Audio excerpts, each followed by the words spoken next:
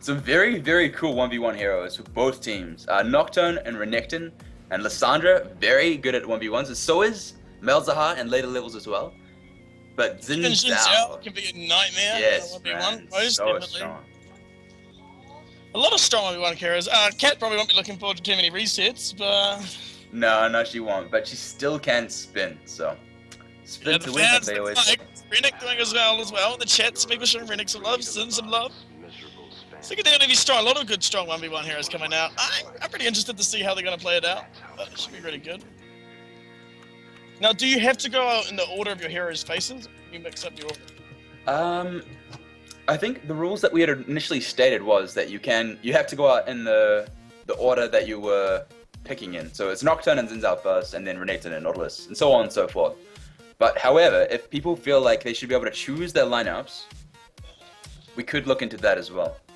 Just make sure both teams are on the same page at the start. So that's what I'm worried about. we won't change it mid-game now. We could change it next time we host this event, but we are going to go through pick order first. So Nocturne and Xin Zhao, then whoever wins, either Renekton or Nautilus comes out next, and just proceed that way. The big ass sucks coming out in caps. Thanks for hating my most hated arrow. Arrows rubbish. Sin's got huge 1v1 potential as well as Nautilus. For the first round, I'll give it to Team D just because Sin and Naut. After the first bye, I'll give it to Team C for Rennick, Lissandra, and Mel's. I think we're looking at a 3-round game. Coming out with my boy Raw on the floor. Alright. So, the summon spells are up, and that's a lot of barriers being picked. We're seeing 5 for the blue team and 3 for the purple team. The purple team's also going for like cleanses and exhausts, but 5 barriers for the blue team. I like that a lot. Barrier is definitely the spell that you want to have to mitigate that damage. Alright, and we are 1 minute and 20 seconds into our delay, and we'll be getting into it just after that, so... I can't wait as well. These are really cool heroes to see. I feel like Nautilus has a lot of potential in 1v1s, as well as Ashe. Ashe has got that passive focus, so the first hit when she comes out is going to be a huge crit. And that's always lovely to see, so it's going to be cool to see. I think it's definitely going to be... I think it's going to be a hard matchup. Whoever has to go straight away against Xin Zhao at the start. That's going to be rough. Shout out to Explosive. We missed having you in the games. Definitely sign up for next week. I want to see you play again. You're an absolute killer. So make sure you do sign up. Raw says barriers over heal only because heal is better as an AoE, not for a one-on-one fight. Nice. I do agree. That's true. As well as heal is a little bit iffy. If they can apply Grievous Wounds or they have Ignite, it's only going to be 50% as effective. So it doesn't look like anyone except for Katarina can apply that this round. But it's still the less favorable summoner spell. Barrier is definitely way up there. That's why you take it in lane as a AD carry and Summoner's Rift as well. Bit of the metagame going on, yeah. Alright, 10 seconds until we get into it. And what do you think about this first 1v1 man? Nocturne against Xin Zhao. I would hate to be anyone against Xin Zhao at a level 3 1v1, to be honest. That's how I feel about it.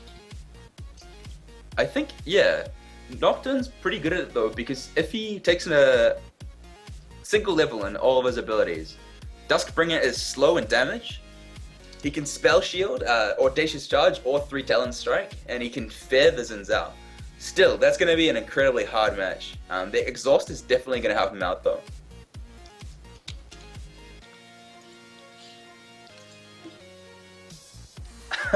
What do the Amumu say after the ace? Oh, that was a wrap. So good, man. Terrible jokes.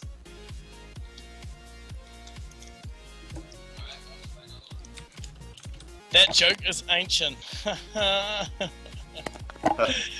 Spent ages on that one, guys. Spent ages on that one. I'm here all night.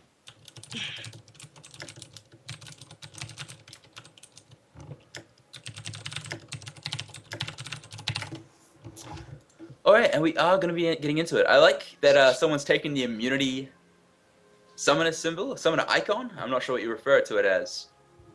Summoner icon, I think, is the right word for it. But definitely showing some support for our Aussie friends, even though they didn't have the greatest time at Gamescom. They definitely put on a good showing.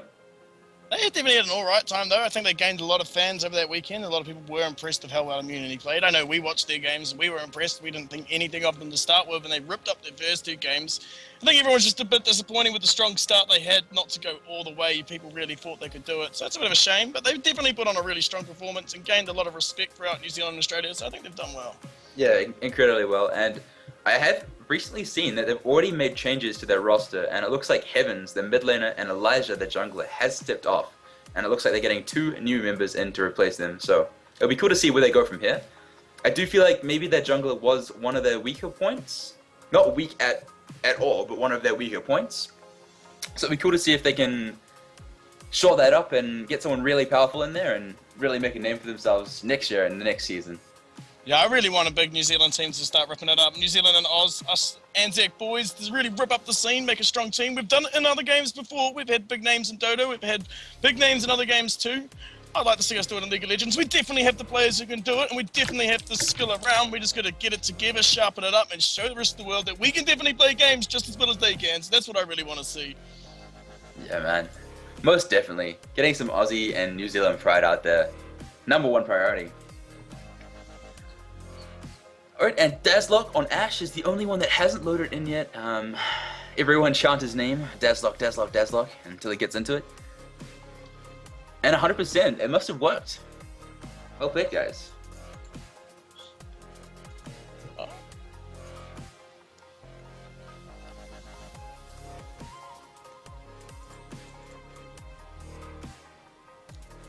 Seeing so many TSM chants in the Twitch chat. Curse of Die coming out.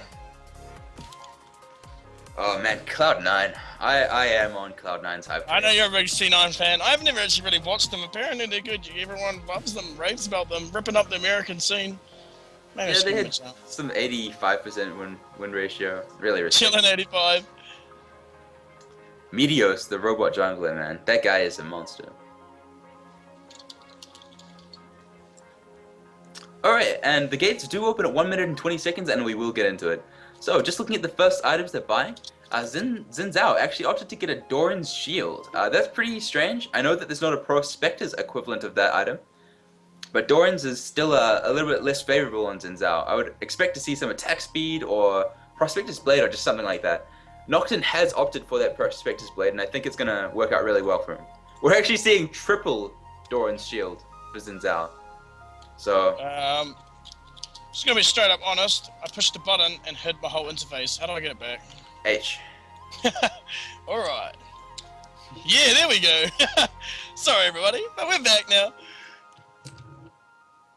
Doran's Shield OP, man. Okay, so Xin Zhao has 1000 HP, Nocturne has 895.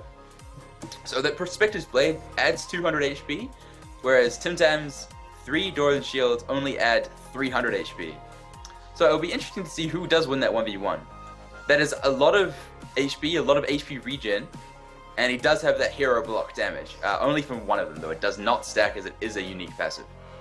I still reckon it's a really good start. It's a good way to do it. It's going to get him snowballing early, and if he can win a few fights, he'll be stoked, because it'll give them a massive advantage, so I think it's going to work out. He might have a bit of trouble being kited. No, he won't. He's a Xin Zhao. He can gap close. Audacious Charge, man. That is one strong ability. Alright, and we have Nocturne entering the fray. He's already getting ready. Who's gonna go first, man? Is it gonna be Xin Zhao sliding in there with an Audacious Charge, or is it gonna be Nocturne approaching with the Dustbringer?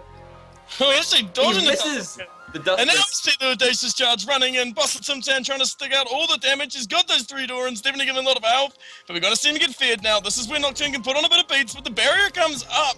And it's going to be a pretty close fight. They're jumping in, doing all the damage they can. Those Xin Zhao should win it, as we suspected. But here comes the barrier, actually. Nocturne really putting up a strong fight. Going to go hard in the bush. It's Brian DJs. Comes out again. He's going to put in the chase. This is really close. The barrier's up. Or the spell shield, I should say. And what a back and forward fight. They're both really scared. Don't want to throw it. Taunt's coming up from Buster Tim Tam. He wants to just charge and kill, but he's got to be careful, because he can die doing this. He has so much HP regen from those 3 shields. He is actually sitting on 30 HP per fight. So I think he does want to be in this situation. Surely gonna win it. Is he? Yes, just so low. Really well played by Nocturne, making that way closer than I thought it would be.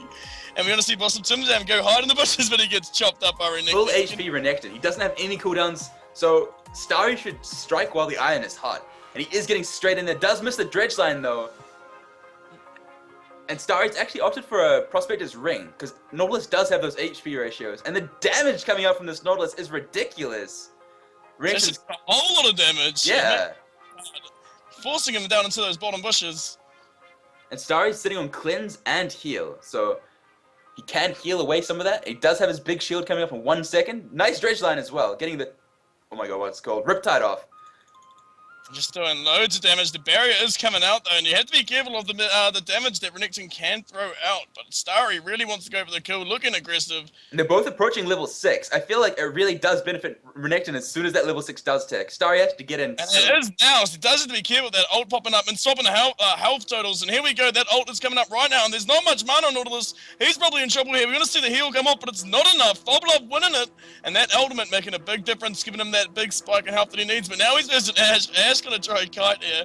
Probably her best idea. Ash probably not the most favourable 1v1 hero, but gonna try to see what she can do against Rennek. Rennek really wants to close that gap, get in there, beat her up. He's gonna throw the stun, but he's gonna be careful. Now the ice arrow chase. You're not gonna run away from an Ash, sorry. He's just gonna slowly click you down to the damage, hiding in the bush, with the volley coming out, Foblov. No points in Hawkshot, of course, because this is a 1v1. Foblov gets more damage off though before he dies, so setting this up nicely for his Kog'Maw. And Kog'Maw has entered. This is an AD cog, not an ability powered cog. Exhaust and a barrier coming out. And you're gonna be, you can't hide in the bush from cog. It's no, not you gonna... cannot. That living artillery does have a reveal on it, and we've got Katarina entering the fray. She does have a Prospector's Ring as well. Gets her ult off as well, doing some nice damage, applying grievous wounds, so those HP pots will not be as effective. And it looks like she's going to be able to either pick it up with an Ignite, or she's going to wait for her cooldowns to come up and just blow them up. Here we go, Cog is blowing up, but he does here to use his passive to do a bit more damage to that cat. Make that fight a bit easier for the Malzahar. Oh god, the Malzahar is here. Laser is ready. Katarina coming with some night damage. He fires the laser though. But he is ignited. He's going to go down to just a bit above half health. And now it's up to Cookie. Cookie versus Malzahar. It's actually taking out his little spiderling. The Voidling is out. The Ooze is down as well. Corki doing so much damage. Malzahar gets about half of Corki's HP before he dies though, so well played. And Lissandra has entered the fray. That big AP mage, very strong. Fires her ultimate as well, has still got barrier, has still got ignite, fires the ignite down, and Corki is going to be picked up. So that's a full rotation of the red team. So the blue team is definitely in the lead at the moment, and we have Xin Zhao re-entering the fray. He still isn't on any boots. He's gone for the Ruby Crystal, just getting all the help he can, really trying to tank up. He's probably going to want to try beat Lissandra with as much help as he can, because he knows that rematch is coming up. That was so close last time. And here we go. Kangaroo will be in trouble here. He's won it from dead, but he actually manages to slow Tim, gets a bit more damage in, but does go down. And now we're going to see the big rematch. And what an ultimate from Nocturne, making sure he does not get that buff and spitting out heaps of damage. The exhaust is on Xin Zhao as well. Ignite is out on Nocturne. The damage flying up from both of them. The barrier, though, Boss of Tim evening out that fight quickly. And we see what we saw last time. Both of them extremely low, hanging around, eyeing each other out. Yeah, this is a mirror of the first 1v1 that these two guys had. Boss of Temtam, just so strong in that Xin Zhao. He's already got a Ruby Crystal as well. And Brian DJs misses another Duskbringer, and he needs to hit those if he wants to win. The barrier does come out. It's looking really strong here. It's going to be really close regardless, but Temtam wins again. Just winning it real close. Oh my god, well played by this Nocturne. Renek's gonna get an easy kill here, surely. There we go. And now we see another rematch. Deja vu, man. And this is the second member of both teams. So they've been through one of their lives, so we're completely even at the moment. So this is looking really close, actually. Yeah, Rennek definitely benefited from that second shot a bit more than Nautilus did, but Nautilus still managed to do a whole lot of damage to Rennek. Actually up in hit points, and still has that shield to prevent more damage. However, Boblov will lifesteal a little bit with that Q. Now he's up in the health totals. We see a hit hook though, going in and starting the fight, but here comes the slice and dice, chomping through Starry, and he's in a lot of trouble now. Rennek a real bully in this moment, and he is just going to get the kill. And Rennek still has his ultimate, he still has his dominance up. So Ash is coming in hot, trying to make something happen. She knows the worth the one level of the hook shot to stop people hiding from her in that bush. The barrier comes out, followed by the ulti. Oh actually my god. Up totals. Ash could actually still lose this, but she's going to do a lot of damage here. Get you the Renekton! Rennek just going through everything, staying alive just And here comes Katarina, but he's going to try to get a stun as much damage as he can. Slice and dice does go down, but takes Katarina half health. Renek, what an absolute bully. Oh my god, the Renekton really showing off what he can do there. Kept his dominance to the very last second. Katarina goes in, fires that Sinister Steel, and Death Lotus getting some nice damage off from this Kog'Maw. Kog'Maw does barrier though. Looks like he's going to be able to pick up the Katarina. Looking really good for the blue team at the moment. To dodge his actual goose slow, but it was not able to do enough damage. And he is low though, he's going to struggle with this Corki. Gets hit by that rocket, he's going to die from one more shot, he's going to be careful here. Do not let him get the buff, and here we go. He's going to at least explode on him, hopefully. And he gets a little bit of revenge damage. And now it's up to Mad 696969 on that Malzahar. Is he just going to straight pop the ultimate? He is. Does fire the laser, and that's one dead FSI baseline. And that is a victory. But let me check. Team C, it looks like. It is indeed. So, well played by Team C for taking that one away. And I will just record who is playing, just so I don't miss them in the future.